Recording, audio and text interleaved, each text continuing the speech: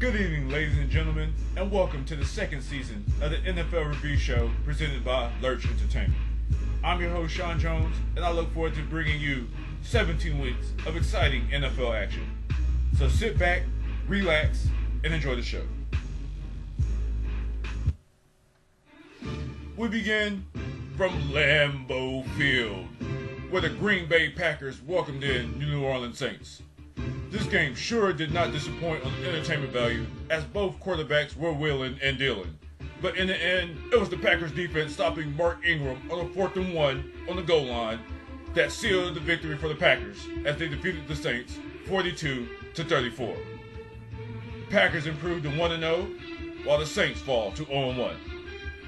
We'll stay in the Midwest, Chicago, where the Bears welcomed in the Atlanta Falcons.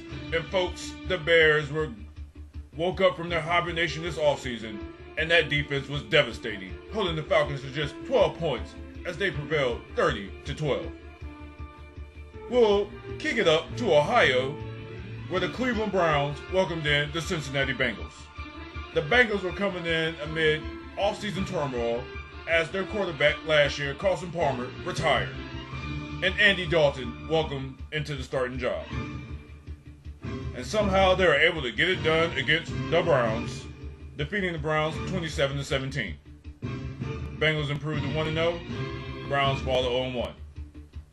We'll go to Missouri, Kansas City that is, where the Chiefs welcomed in the Buffalo Bills. The Bills were horrible on the road last year, and the Chiefs were a surprising 10-6 team. But good grief, the offseason changed all of that, and the Bills rumbled, stumbled, and bumbled into Arrowhead Stadium and rumbled out 41-7 victors. Kansas City just should have stayed home. We'll stay in the Show Me State as the St. Louis Rams welcomed in Mike Vick and the Philadelphia Eagles. This game was over once Sam Bradford got hurt in the second quarter, and the Eagles cruised to a 31-13 victory. We'll head down to the Sunshine State, where the Tampa Bay Buccaneers welcomed in the upstart Detroit Lions. People were expecting big things from the Lions this year, and they surely did not disappoint in the first game, defeating the Buccaneers 27-20 on the road. We'll stay in the state of Florida and head north to Jacksonville as the Jaguars welcomed in the Tennessee Titans. And who really cares about this game of the week? The Jaguars won an ugly game against the Titans 16-14. We'll head up north to Baltimore for the much anticipated game between the Baltimore Ravens and the Pittsburgh Steelers. Teams from both players have been chattering it up all over the TV airwaves this whole entire offseason for this one game. And it's clear that the Steelers are still talking and the Ravens still whoop their behinds as they forced 7 Pittsburgh turnovers and prevailed 35-7. We'll head down to the state of Texas, where the Houston Texans welcomed in the Peyton Manning-less Indianapolis Colts. And folks, if you saw this game, you know the Colts are nowhere close to being an NFL team without Peyton Manning at the helm. And the Texans easily defeated them 34-7. We'll head out west to Arizona, where the Arizona Cardinals welcomed in Cam Newton and the Carolina Panthers. This game was very entertaining and was in limbo until the fourth quarter when Patrick Peterson returned a kickoff and a punt for a touchdown, and the Cardinals were able to stop Cam Newton on 4th and 1 and prevail 28-21. We'll head to California, where Phillip Rivers and the San Diego Chargers welcomed in Donovan McNabb and the Minnesota Vikings. The Vikings jumped out to a quick 17-0 lead, but the Chargers didn't panic and eventually overcame that deficit to win 24-17. We'll stay in the state of California for an NFC West showdown between the San Francisco 49ers and the Seattle Seahawks. Pete Carroll had a chance to show that last year's 7-9 team would be an upstart winning team this year. Well, it didn't happen. Seahawks fell 33-17. We'll head back across the country to Washington, D.C., where the Washington Redskins welcomed in the New York Football Giants. The Redskins came in amidst quarterback controversy, as no one knew who the starter would be until the day before, when Rex Grossman eventually earned that job. And he showed why he should have been the quarterback from day one, throwing for over 300 yards as the Redskins, yes folks, the Redskins, defeated the New York Football Giants 28-14. Redskins improved to 1-0 in the year. Giants dropped to 0-1. For the Sunday night primetime game, we head to New Meadowlands Stadium, where the New York Jets welcomed in the Dallas Cowboys. This game had extra sentimental value as it was played on 9/11. But the Cowboys came out and showed they could care less about 9/11. Dez Bryant opened up shop on Revis Island. Miles Austin punked Antonio Cromartie for the touchdown, and the Cowboys were looking pretty, up 24-14. But in typical Tony Romo fashion, he finds a way to make the crucial mistake at the wrong time, and the Jets were able to overcome a 10-point fourth quarter deficit and defeat the Cowboys 27-24.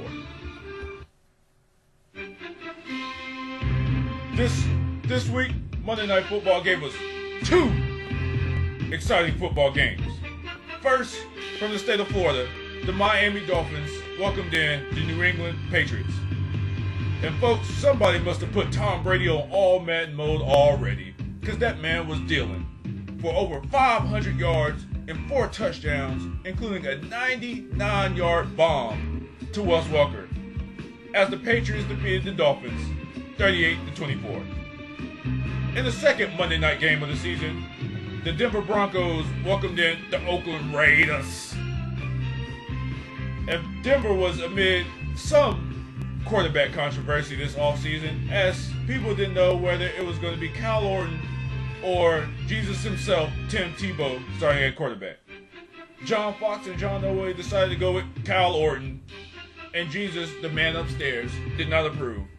And the Raiders rode Sebastian Janikowski's record-time 63-yard kick to win 23-20. The Broncos fall to 0-1, and if Kyle Orton remains the starter, it will sure to be 0-16 for the whole season. Oh, you already know what time it is. It's time for the prime time performers from week 1. Coming in at number 3, Carolina Panthers wide receiver Steve Smith. Yes, folks, Steve Smith has been found in the NFL again.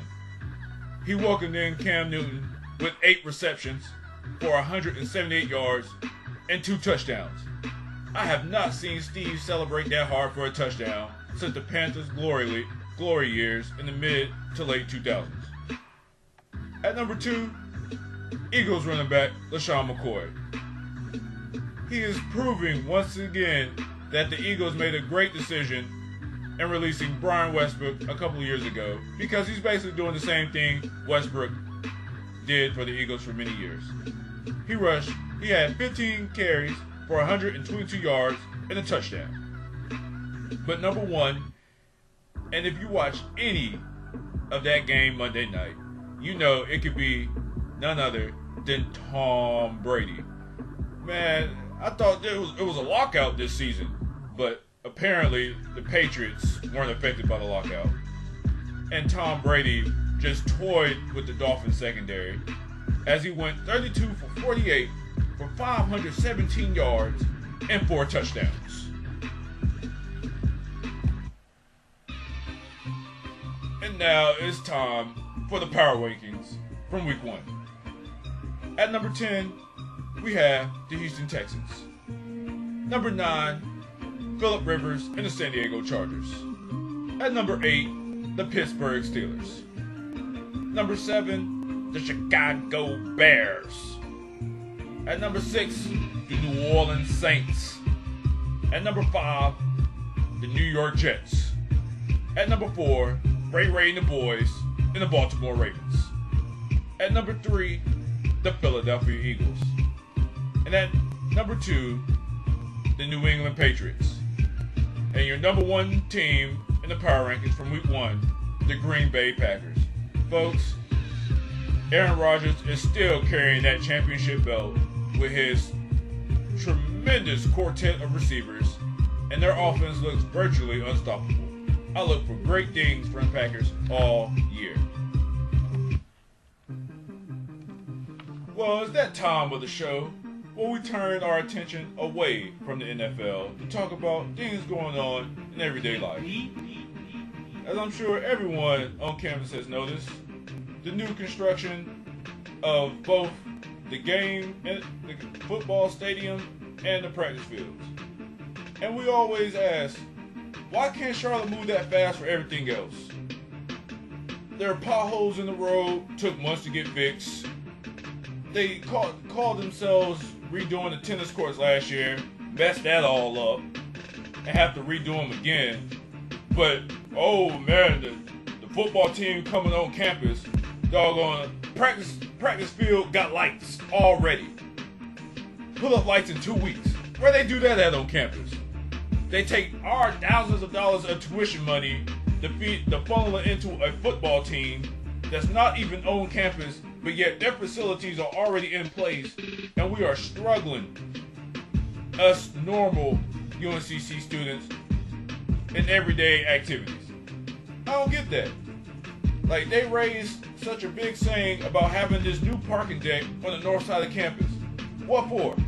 Parking hasn't been an issue all year, but yet they took our thousands of dollars, raised parking passes like $70 this year for what, a parking deck that is only used between the hours of 9 and 3 o'clock.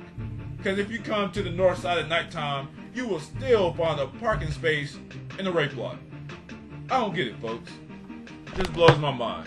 That's what really grinded my gears this week.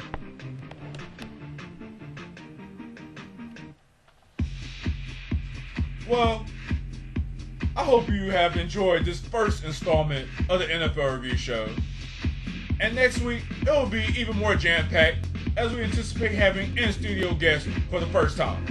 So, for everyone at UNC Charlotte and the athletic training program, I'm Sean Jones, signing off. See you next week. Peace.